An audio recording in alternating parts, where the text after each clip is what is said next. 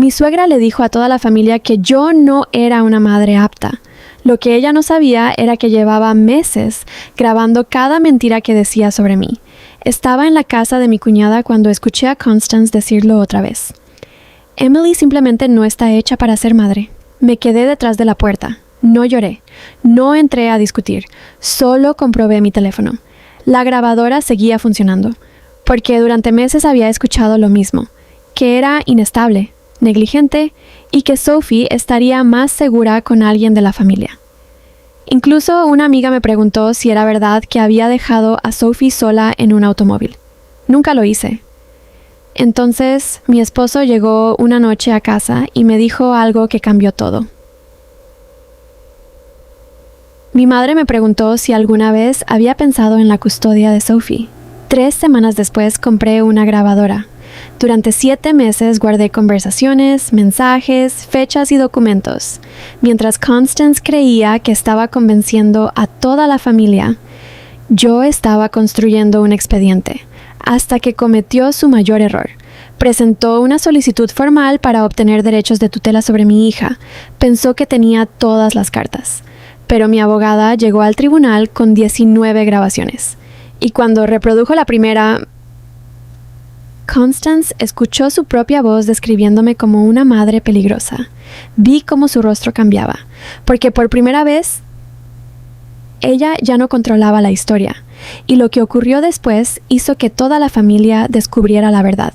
Mi nombre es Emily Harrington. Antes de casarme con un miembro de esa familia, yo era Emily Draper, una terapeuta ocupacional con un pequeño número de casos y un apartamento más pequeño, y pensé que me casaría con calidez.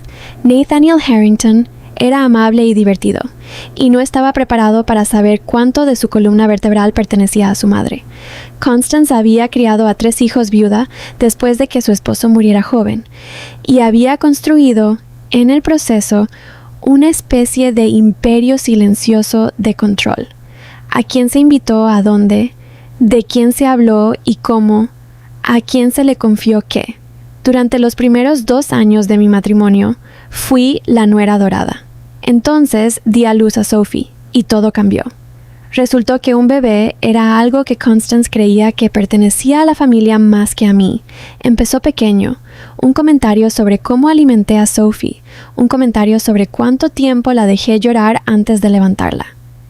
Entonces se convirtió en un patrón. Una historia aquí, una preocupación allá, siempre entregada a otra persona, nunca a mi cara. Cuando Sophie cumplió 3 años, noté que la gente había comenzado a mirarme de manera diferente en las reuniones familiares. Mi cuñada, Diane Pruitt, dejó de mirarme a los ojos. Una prima llamada Rachel Wooten me preguntó, con cuidadosa gentileza, si estaba recibiendo suficiente apoyo. Todavía no entendía que era objeto de una campaña. Solo entendí que algo andaba mal y que siempre estaba fuera de mi alcance. Nadie me lo decía directamente, lo que significaba que no tenía nada de qué defenderme. El punto de inflexión llegó en febrero cuando Nathaniel llegó a casa de una cena en la casa de su madre luciendo pálido, y dijo en voz baja que su madre le había preguntado si había pensado en la custodia. Al principio me reí porque parecía absurdo. No estábamos divorciados, ni siquiera estábamos peleando, pero 3 semanas después, una amiga de la familia llamada Barbara Linfield me llevó a un lado en la iglesia y me dijo amablemente que había escuchado de Constance que había dejado a Sophie sola en el auto más de una vez. Nunca había dejado a Sophie sola en un coche en mi vida. Ese fue el momento en que dejé de asumir que se trataba de una fricción ordinaria entre suegras. Ese fue el momento en que comencé a grabar. Al principio no le dije a Nathaniel porque necesitaba saber qué tan profundo fue antes de poder pedirle a alguien que me creyera. Compré una pequeña grabadora de voz en marzo, del tipo que usan los periodistas, y comencé a llevarla a cada función familiar, a cada llamada telefónica que no podía evitar, a cada visita a la casa de Constance para dejar o recoger a Sophie. Mantuve una carpeta privada de fechas, transcripciones y capturas de pantalla de los mensajes de texto que Constance había enviado a otros familiares. Mensajes que Diane, sintiéndose culpable, eventualmente me reenvió sin que se lo pidieran. Durante 7 meses, Recopilé 41 horas de conversación grabada y 63 mensajes de texto en los que Constance me describió de diversas formas como inestable, negligente e inadecuado. Contraté a una abogada de derecho de familia llamada Grace Feldman en junio para que no presentara nada todavía, sino para entender exactamente lo que tenía y lo que se necesitaría para usarlo. Grace fue contundente conmigo en nuestra primera reunión. Si esto alguna vez se convierte en un asunto de custodia, dijo, esto no es nada o lo es todo. Depende de si mantuviste la calma en cada grabación. Lo había hecho. Cada vez que Constance me engañaba, y ella me engañaba a menudo, probando si me tomaría una foto frente a los testigos, respondía con la misma voz cansada. Ni una sola vez lo planteé. Comprendí, incluso antes de que Grace me lo explicara, que mi calma era todo el asunto. Una mujer furiosa en la cinta suena culpable de algo. Una compuesta suena exactamente como lo que ella es. No me enfrenté a Constance. Quiero ser claro al respecto porque se habría sentido bien y habría arruinado todo. En cambio, esperé. Esperé hasta el Día de Acción de Gracias, en el que ella insinuó al antiguo socio comercial de mi suegro que una vez había desaparecido con Sophie durante un fin de semana, que en realidad era un viaje programado a la casa de mi propia madre que Nathaniel había aprobado. Esperé durante una fiesta de cumpleaños en la que le dijo a un extraño, una mujer que nunca había conocido, que se preocupaba constantemente por la seguridad de su nieta. Sonreí a través de todo, dije muy poco y dejé que la grabadora hiciera lo que yo aún no podía hacer. El momento llegó en septiembre cuando Constance, envalentonada por meses sin resistencia, presentó una solicitud formal ante su abogado para que se la considerara para ampliar los derechos de tutela sobre Sophie, citando preocupaciones continuas sobre la condición física de la madre. En otras palabras, ella había decidido hacerlo oficial. Ella también, sin darse cuenta, había caminado directamente a la corte. Grace presentó nuestra respuesta en una semana y se adjuntaron transcripciones de 19 grabaciones separadas, con referencias cruzadas en una línea de tiempo de los mismos incidentes por los que Constance afirmó estar preocupada.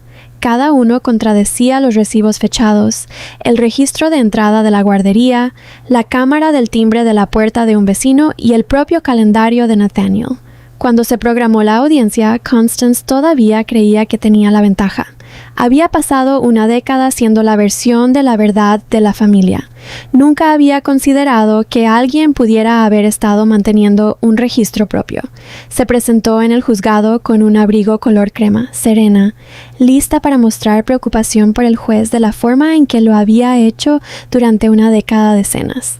Miré su cara cuando Grace tocó el primer clip. Su propia voz describiéndome a Barbara Linfield como alguien que no debería haber tenido un hijo en absoluto. Algo en su mandíbula se tensó y por primera vez en 5 años la vi darse cuenta de que ya no era ella quien contaba la historia. Después, en el pasillo fuera de la sala del tribunal, me encontró sola junto a los ascensores. «¿Me grabaste?», ella dijo, con la voz temblando entre la furia y algo casi como dolor. «En mi propia casa. ¿Entiendes lo que le has hecho a esta familia?» La miré por un largo momento. «Entiendo lo que intentaste hacerle al mío», dije. Ella agarró mi brazo, se ablandó de repente, como siempre lo hacía cuando las amenazas fallaban. «Emily, cariño, somos familia. Podemos arreglar esto en silencio». Pero había escuchado esa voz demasiadas veces en la cinta, como para confundirla más con calidez. «Sophie tiene una madre», se lo dije. «Ella siempre va a tener uno». Esa nunca fue realmente la pregunta, ¿verdad? No esperé una respuesta. Me metí en el ascensor y dejé que las puertas se cerraran sobre ella. La petición de tutela fue retirada dentro de un mes. Diane, que había pasado años reenviando esos mensajes por culpa, finalmente le contó al resto de la familia la verdad sobre lo que había presenciado. Y 2 primas que se habían hecho eco de la historia de Constance dejaron de hablar en silencio sobre mí por completo. Rachel Wooden, de todas las personas, me envió una disculpa larga e incómoda que no esperaba y no necesitaba, pero que aprecié de todos modos. Nathaniel, que había pasado años suavizando el comportamiento de su madre en lugar de nombrarlo, finalmente se sentó frente a ella y le dijo que no volvería a estar sola con Sophie sin supervisión hasta que se reconstruyera la confianza real. Un límite 5 años tarde, pero uno que mantuvo. Constance no asistió a la fiesta del 6º cumpleaños de Sophie. Ella envió una tarjeta en su lugar, sin dirección de devolución, sin explicación. No sé si eso fue vergüenza o estrategia, y en algún momento dejé de necesitar saberlo. Un año después, me paré en la misma cocina donde la escuché por primera vez decir que no estaba en condiciones de criar a mi propia hija. Sophie estaba en el mostrador glaseando su propio pastel esta vez, con harina en la nariz, riéndose de algo que dijo Nathaniel. No grabé nada ese día. No necesitaba hacerlo. Había pasado una década hablando de mí en lugar de hablarme, y finalmente había llegado a la única habitación del mundo donde nadie necesitaba convencerme de quién era yo. Mi hija levantó la vista, extendió la cuchara y me preguntó si quería probar la primera vez. Dije que sí. Esa fue toda la victoria. Solo eso. Una tarde ordinaria finalmente imperturbada, finalmente mía.